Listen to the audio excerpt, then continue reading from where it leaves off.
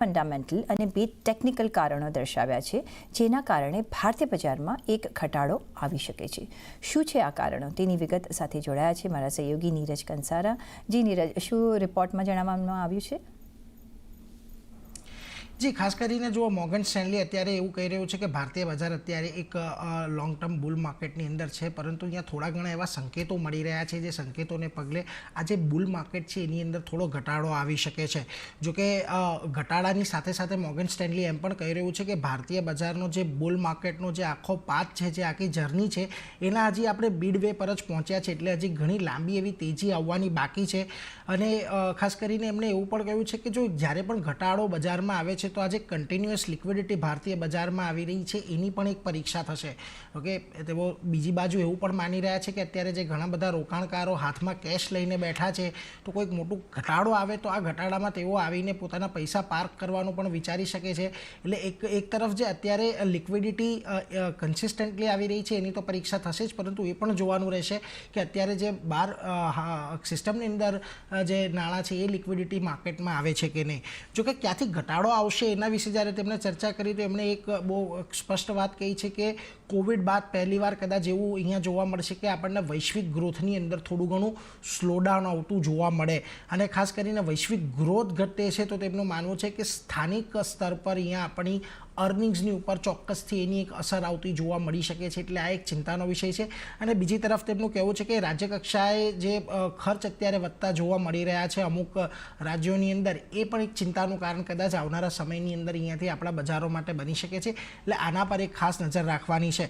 જોકે ખાસ ક્યાં તમે નજર રાખીને બેસશો અહીંયાથી આ ઘટાડા દરમિયાન કે એની ઉપર, તો એના પર ખાસ એમનું કહેવું છે કે આઈપીઓ વધતા રિટેલ રોકાણકારો જે છે હવે પ્રાઇમરી માર્કેટ તરફ આગળ વધી રહ્યા છે. એટલે આ એક શિફ્ટ અહીંયા એક નાનકડો કદાચ તમને આ સમયમાં આવતો જોવા મળે. બીજી તરફ વૈશ્વિક બજાર સાથે ભારતીય બજારની જે સુસંગતતા છે કે જે કોરિલેશન છે એ અત્યારની તારીખમાં એટલા નથી ને, એટલે જ આપણે જોઈએ છીએ કે વૈશ્વિક બજારોની અંદર પણ ઘટાડો આવતો હોય છે તો ભારતીય બજારોની અંદર એના પગલે ઘટાડો આવે છે પરંતુ રિકવર પણ જલ્દી થઈ જાય છે. જોકે એમનું માનવું છે કે કોઈક મોટા કારણોસર યુએસ જેવા મોટા બજારોમાં કે અન્ય બજારોમાં જો કોઈક મોટો કડાકો આવે છે તો પછી ભારતીય બજારની જે સુસંગતતા છે એની અંદર ફેરફાર થતો જોવા મળશે અને કદાચ વૈશ્વિક બજારોની ચિંતાને પગલે આપણા બજારમાં પણ થોડો ઘણો ઘટાડો આવી જાય. જોકે આ એક કરેક્શન આવ્યા બાદની તેજીના કયા સંકેત છે એના વિશે તેઓ કહી રહ્યા છે કે ફિઝિકલ કન્સોલિડેશન જે અત્યારે ભારતની અંદર ચાલી રહ્યું છે એને રહીને પ્રાઇવેટ જે ઋણ છે અને પ્રાઇવેટ ખર્ચ છે, એક્સપેન્સ છે, એની અંદર આપણને વધારો જોવા મળશે.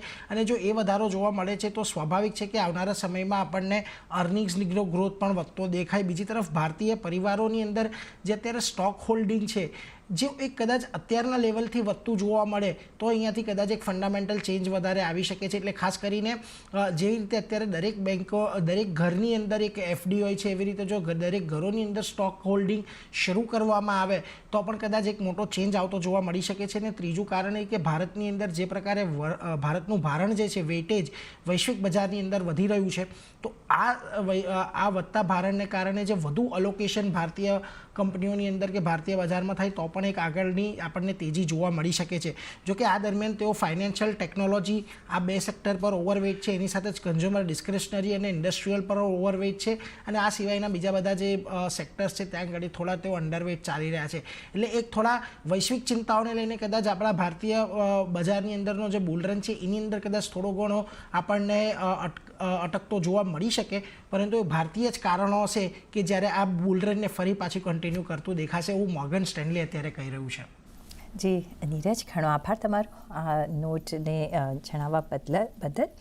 ગૌરાંગ, કઈ રીતના તમે જોશો, બિકોઝ ભારતીય બજાર એક સ્ટ્રોંગ પોઝિશન પર છે, ગ્લોબલ સંકેતો જે આવતા જતા હોય છે એના લીધે કે આપણે થોડું ઉપર નીચે જોતા હોય છે, આપણા ફંડામેન્ટલ સ્ટ્રોંગ છે અને એટલે જ ભારતીય બજાર પર વર્લ્ડ ઓવરની નજર છે. પણ જો કંઈક કરેક્શન આવે છે તમને લાગે છે it would be good only for the market? અમે તો અમારો અભિપ્રાય ઘણા વર્ષોથી આપણા ચેનલ પર મૂકી રહ્યા છે કે કોઈ બી ઘટાડો આવે તો ખરીદારી કરો, પણ ખરીદારી સક્ષમ મજબૂત કંપનીઓમાં કરો. ઓછા શેર ખરીદો પણ સારા શેર ખરીદો, સારા કંપનીના શેર ખરીદો. આ વારંવાર આપણે ભલામણ કરીએ છીએ પ્રીતિ. તો મને લાગે છે કે તમને જો ટૂંકા મધ્યમ ગાળાની વધારે ચિંતા ના હોય તો મારા ખ્યાલથી ઘટાડો આવે તો તમારે રોકાણ અવશ્ય કરવું જોઈએ. ખાલી એક જ છે કે તમારી રોકાણની સમયસીમા લાંબા ગાળાની હોવી જોઈએ અને સારી સક્ષમ મજબૂત કંપનીઓમાં રોકાણ કરવું. બીજો એક ફોલો ઓન ક્વેશ્ચન ગૌરાંગ આના પર છે. એ રીતના આપણે વારંવાર જોયું છે કે ભારતીય જે ઇન્વેસ્ટર છે એ વધારે ને વધારે હવે ઇક્વિટી માર્કેટમાં રોકાણ કરવાનું પસંદ કરે છે અને જે રીતના આગળ વધી રહ્યું છે આપણે જોઈ રહ્યા છીએ ને એ બી પ્રાઇમરી માર્કેટમાં આપણે અત્યારના એક સારું એવું ઇન્ટરેસ્ટ જોઈ રહ્યા છે. ગઈકાલે પણ એક સેબીનો રિપોર્ટ હતો કે પ્રાઇમરી માર્કેટમાં કઈ રીતના ઇન્વેસ્ટમેન્ટ આવી રહ્યું છે ને એમાં પણ ગુજરાતીઓનો ઘણો બધો ભારે દબદબો છે અને સૌથી વધારે ઇન્વેસ્ટ કરતા હોય છે. કઈ રીતના તમે જોઈ રહ્યા છો પ્રાઇમરી માર્કેટનું જે અટ્રેક્શન છે એ કઈ તરફ તમને જતું દેખાઈ રહ્યું છે? કયા રાજ્યમાંથી કેટલું આવે છે રોકાણ એની ઉપર તો હું ટિપ્પણી નહીં કરું, કારણ કે હું સક્ષમ નથી એની પર ટિપ્પણી કરવા માટે. પણ પ્રાઇમરી માર્કેટ, આઈપીઓ માર્કેટ સારું અને સક્ષમ અને મજબૂત હોય એ ઘણું અનિવાર્ય છે, કારણ કે જે નગદી બજારમાં છે એ સેકન્ડરી માર્કેટ તરફ તો આકર્ષિત થાય છે, પણ એની સાથે જો સારી સક્ષમ મજબૂત કંપનીઓ આઈપીઓ માધ્યમ દ્વારા આઈપીઓ માર્કેટમાં આવે તો આ નગદી જે છે એ લોકો તરફ બી જતી રહે. એટલે કે જે એક્સેસ લિક્વિડિટીનો ડર અને ભય હોય છે એ મિટિગેટ થઈ જાય છે આઈપીઓ માર્કેટ થ્રી. અને છેલ્લા મારા ખ્યાલથી 2 વર્ષથી હું જોઈ રહ્યો છું કે ઘણી પારદર્શકતા આઈપીઓ માર્કેટમાં આવી ગઈ છે. સેબી તરફથી ઘણા બધા પગલાં લેવામાં આવ્યા છે જેનાથી રોકાણકારોને મદદ થાય છે જે કંપનીનો આઈપીઓ આવે છે એ કંપનીને સમજવા માટે અને નિર્ણય લેવા માટે કે એમને રોકાણ કરવું કે ન કરવું. તો મારા મતે તો આવનારા વર્ષોમાં બી મારા ખ્યાલથી ઘણા બધા આપણે એવા અવસર જોઈશું જ્યાં આગળ પ્રાઇમરી માર્કેટ્સ થોડું ઘણું આકર્ષક થતું તમને દેખાશે.